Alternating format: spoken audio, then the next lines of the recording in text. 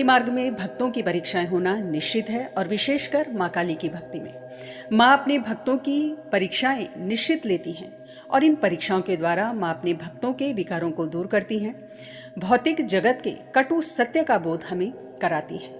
और जब हमारे विकार अंदर से समाप्त होने लगते हैं तो माँ के बहुत ही जीवंत अनुभव होने लगते हैं। माँ की उपस्थिति हम अपने आसपास महसूस करते हैं। लेकिन ये परीक्षाएं कई बार थोड़ा कठिन हो जाती हैं और भक्त निराश हो जाते हैं, उनका धैर्य जवाब देने लगता है। तो ऐसा क्या करें कि इन परीक्षाओं में हम सफल हों जो माँ हमारी ले रही हैं, सत्य का हमें बोध हो, हमारे कष्टों से हमें मुक्ति मिले और माँ के वास्तविक स्वरूप का हम पान कर सकें, उसे प्राप्त कर सकें। तो आज बहुत ही महत्वपूर्ण 3 पॉइंट्स के ऊपर हम चर्चा करेंगे जो किसी भी भक्त के लिए बहुत जरूरी हैं इन परीक्षाओं में सफल होने के लिए जो माँ उनकी ले रही हैं। तो सबसे पहला पॉइंट है कि हमें कर्मों के खेल को, प्रारब्ध के इस खेल को समझना होगा। हमें ये समझना होगा कि हमारे उचित और अनुचित कर्मों का फल सिर्फ हमें ही भुगतना है, किसी और को नहीं। और इसे समझने के लिए धैर्य और सहन शक्ति अपने अंदर लानी होगी। तो सबसे पहला पॉइंट कि धैर्य और सहन शक्ति की बहुत आवश्यकता होती है अगर माँ की किसी भी परीक्षा में हमें सफल होना है।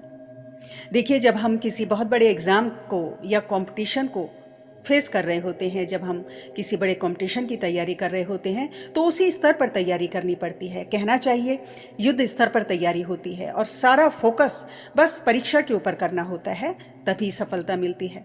तो यहाँ तो हम पराशक्ति, आदिशक्ति, माँ काली की कृपा प्राप्त करना चाहते हैं, उन्हें संपूर्ण रूप से पाना चाहते हैं, तो हमारी तैयारी भी उसी युद्ध स्तर की होनी चाहिए।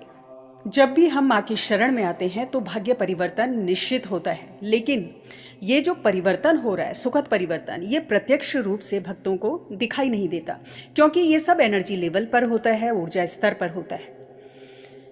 जिस प्रकार जब हम एक बीज को बोते हैं और वो वृक्ष बनता है, लेकिन इस वृद्धि की सतत प्रक्रिया हम अपनी आंखों से नहीं देख सकते, लेकिन हाँ, कुछ समय के बाद परिणाम का हमें पता चलता है कि वृक्ष से कि बीज की ग्रोथ हो गई है, भैया वो पौधे के रूप में आ गया है, या कुछ समय बाद हम देखेंगे कि वो छोटा पौधा है वो बड़ा हो गया है और कुछ समय बाद बड़ा वृक्ष बन जाएगा। लेकिन हर रोज की जो सतत वृद्धि की प्रक्रिया है उसे हम नहीं जज कर सकते। तो इसी प्रकार एनर्जी लेवल पे भी होता है कि हमारे पाप कर्म बहुत तेजी से कट रहे होते हैं, और विशेषकर जब हमारा बहुत ज़्यादा कठिन समय होता है तो उस समय हमारे पाप कर्म बहुत तेजी से, हमारे संचित कर्म बहुत तेजी से कट रहे होते हैं, और कुछ समय बाद इसका परिणाम नजर आता है, जीवन बदलने लगता है और भाग्य परिवर्तन होता है।